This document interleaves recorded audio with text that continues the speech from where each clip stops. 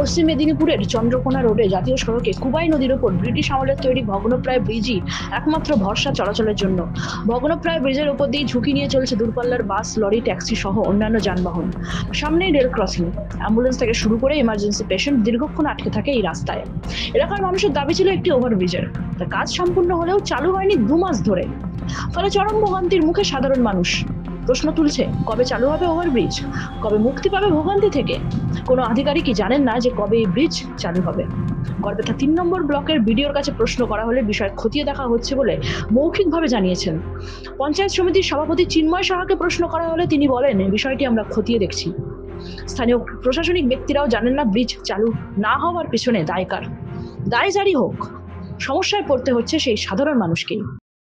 এটা আমাদের চন্দ্রকোনা রোডের কাছে খুব দুঃখের যে একটা এত বড় সুন্দর একটা ব্রিজ হওয়ার পরও চালু হচ্ছে না। সবচেয়ে বড় কথা, এখন অনেক স্কুল হয়ে গেছে, শালবনীতে বাচ্চাদের স্কুলে যাতায়াতে খুব অসুবিধা হচ্ছে এবং যানজটে থাকার কারণে সামনে 4 পয়েন্ট আছে, 4 পয়েন্টও প্রচুর জ্যাম লাগে। ব্রিজদের আমলে তৈরি নাকি? হ্যাঁ, অবশ্যই। তারপর থেকে তো আর সংস্কার হয়নি, নতুন করে ব্রিজ হয়েছে। হ্যাঁ, আবার নতুন করে ব্রিজ হয়েছে, অনেকদিন ধরে হচ্ছে। কিন্তু সেই কিন্তু ব্রিজে কি চালু দাবি রাখছেন? অবশ্যই, যাতে খুব যেহেতু হয়ে গেছে, কমপ্লিট হয়ে গেছে, কেন চালু হচ্ছে না সেটা তো আমরাও চিন্তায় আছি যে কি কারণে চালু হচ্ছে না। জনগণ ভাবছে, তাই তো।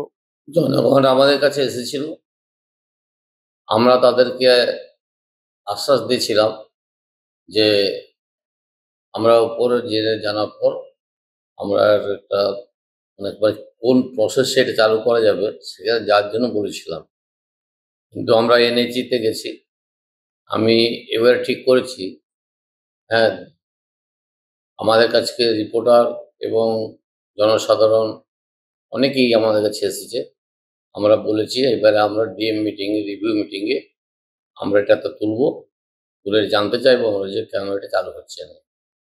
পশ্চিম মেদিনীপুর থেকে নিজস্ব প্রতিনিধির রিপোর্ট, এনএম নিউজ। আরও খবরের আপডেট পেতে সাবস্ক্রাইব করুন আমাদের ইউটিউব চ্যানেলটি আর বেল আইকনে ক্লিক করুন নোটিফিকেশনস পেতে।